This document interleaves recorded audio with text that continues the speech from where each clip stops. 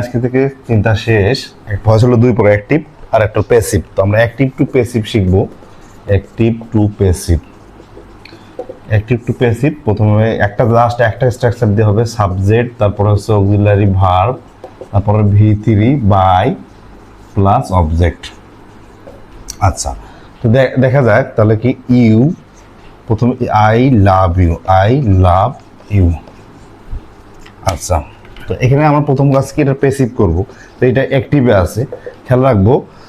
অ্যাক্টিভে যে কাজটা করে সে প্রথমে আগে থাকে, আর প্যাসিভে যার উদ্দেশ্যে করে সে আগে থাকে। তাহলে আমি ভালোবাসি, এই কারণে আই অ্যাক্টিভে আগে, এবং প্যাসিভে তাহলে কি হবে, কাকে ভালোবাসি, তোমাকে, তাহলে তোমাকে এটা সামনে আসবে, তাহলে ইউটা সামনে আসলো। ইউ অক্সিলারি হবে টেন্স অনুযায়ী হবে।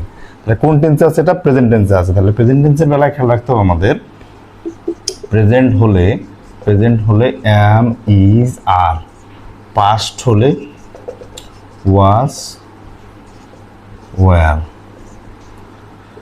আর হ্যাভ হ্যাজ হ্যাড হলে হ্যাভ হ্যাজ হ্যাড হলে have has had plus being যুক্ত হবে। আর আইএনজি হলে কি হবে, বিং হবে। আর হলো মডাল অক্সিলারিস, মডাল অক্সিলারিস কি হবে, মডাল অক্সিলারিস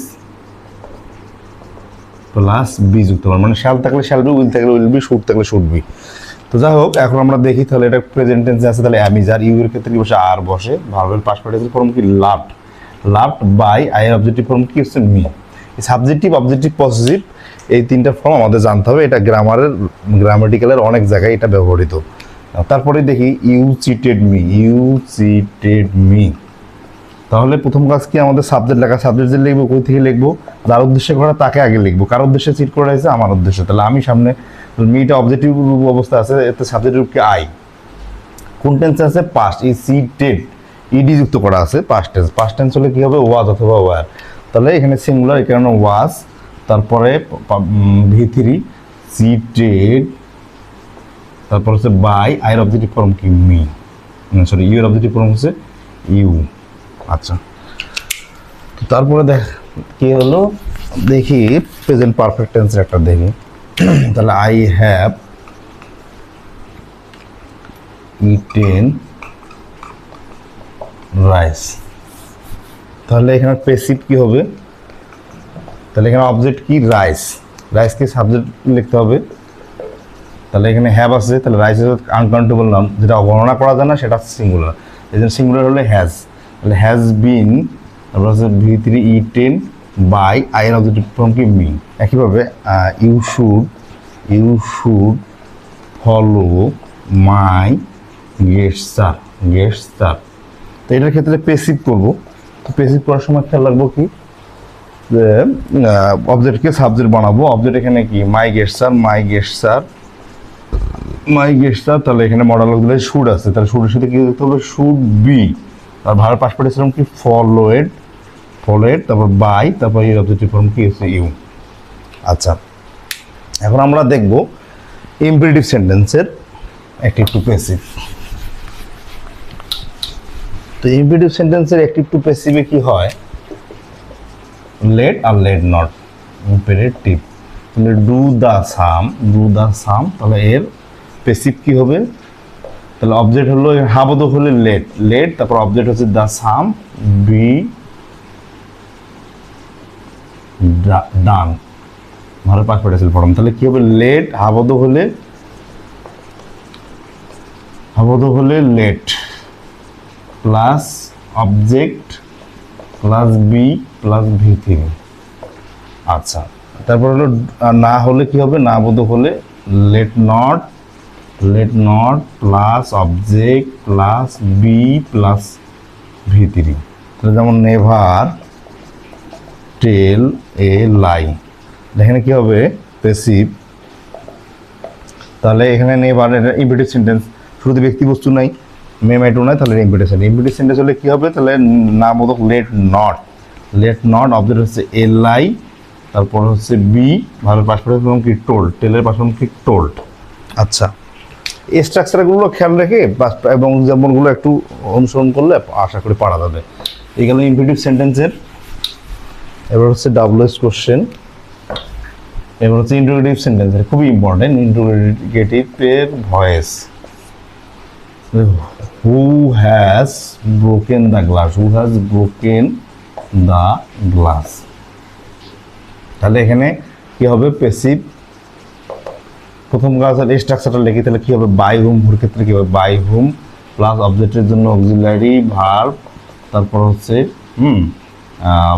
বি বা বিন থাকলে ওটা পরে হবে, আগে অবজেক্ট হবে, বি বিন পরে হবে, তারপরে হলো ভি3। তাহলে এখানে কি হুর পরিবর্তে কি হবে, বাই হুম, বাই হুম। তাহলে অবজেক্টের কি দ্য গ্লাস, গ্লাসের জন্য কী করবে, হ্যাজ বিন, একটা গ্লাস, তাহলে হ্যাজ বিনটা পরে হবে, তারপর অবজেক্টটা আগে হবে, the glass be broken, broken. একই দেখি আমরা আরেকটা দেখি, what do you want, what do you want, what do you want. এটার প্যাসিভ করবো কি, তাহলে এটার স্ট্রাকচারটা কি, ডাব্লুএস কোশ্চেন থাকলে WH question plus auxiliary verb, অবজেক্টের জন্য অক্সিলারি ভার্ব, তারপরে ভি3, তারপর হচ্ছে বাই, তারপর হচ্ছে অবজেক্ট। তো এখানে তাহলে হট আছে, হটে লিখবো, তারপর অক্সিলারি ভার্ব কি আছে, ইজ লিখবো, ভি3 ওয়ান্টেড বাই, তারপর হলো ইউ এর অবজেক্টিভ ফর্ম কি, ইউই। আচ্ছা, এই গেল ডাব্লুএস কোশ্চেনের ইন্টারোগেটিভ। আর একটা আছে, সেটা হলো ইয়েস নো কোশ্চেনের ইন্টারোগেটিভ। আচ্ছা, ইয়েস নো কোনটা, যে হ্যাঁ অথবা না অ্যান্সার। তুমি কি ছোটবেলায়, তুমি কি প্রতিদিন বিছানায় প্রস্রাব করো? তো এটা যদি হ্যাঁ অথবা না হয়, তাহলে সেটা হচ্ছে কি মানে ইয়েস নো কোশ্চেন। তাহলে দেখি যে are you reading, are you reading, are you reading book. তাহলে এখানে প্যাসিভ করার সময় কি হবে, তাহলে ওখানে অবজেক্ট কি, তাহলে এই স্ট্রাকচারটা আগে লিখি। আগে অবজেক্টের জন্য অক্সিলারি ভার্ব, অবজেক্টের জন্য অক্সিলারি ভার্ব প্লাস হচ্ছে অবজেক্ট, তারপরে আইএনজির জন্য বিং থাকলে হবে, আবার শ্যাল উইল থাকলে শ্যাল বি উইল বি, এটা তো হবেই। অবজেক্ট, তারপর হচ্ছে ভি3, তারপর হচ্ছে বাই, তারপর হচ্ছে সাবজেক্টকে অবজেক্টিভ বানাইতে হবে, অবজেক্ট। তাহলে এখানে কি লিখবো, অবজেক্ট বুক, বুকের অবজেক্ট কি এখানে বুক, তো বুকের জন্য ইজ, তারপর অবজেক্ট হবে, অবজেক্ট কি এখানে বুক, আইএনজির জন্য বিং বসবে, তারপর অবজেক্ট হলো, তারপর ভি3, তাহলে রিডের ভি3 রিডেই, তারপর হচ্ছে বাই, তারপর হচ্ছে সাবজেক্টকে অবজেক্টিভ বানাইতে হবে, সাবজেক্ট কি ইউ, হচ্ছে অবজেক্টের ইউ, অবজেক্টিভ ইউই। আরটা দেখি, ডু হি লাইক ব্যানানা, তাহলে এটাও ইয়েস নো কোশ্চেন। তাহলে আমাদের প্যাসিভ করার সময় তাহলে কি লিখবো, আগে অক্সিলারি ভার্ব লিখবো ব্যানানা, তাহলে ইজ ব্যানানা, তারপরে হলো অবজেক্ট লিখলাম, তারপরে অবজেক্ট লিখে তারপর ভি দিল, ইজ ব্যানানা লাইকড, ভার্ব হচ্ছে লাইক বাই, এর অবজেক্ট ফর্ম হিম। এই হলো মোটামুটি অ্যাক্টিভ টু প্যাসিভের বেসিক স্ট্রাকচার।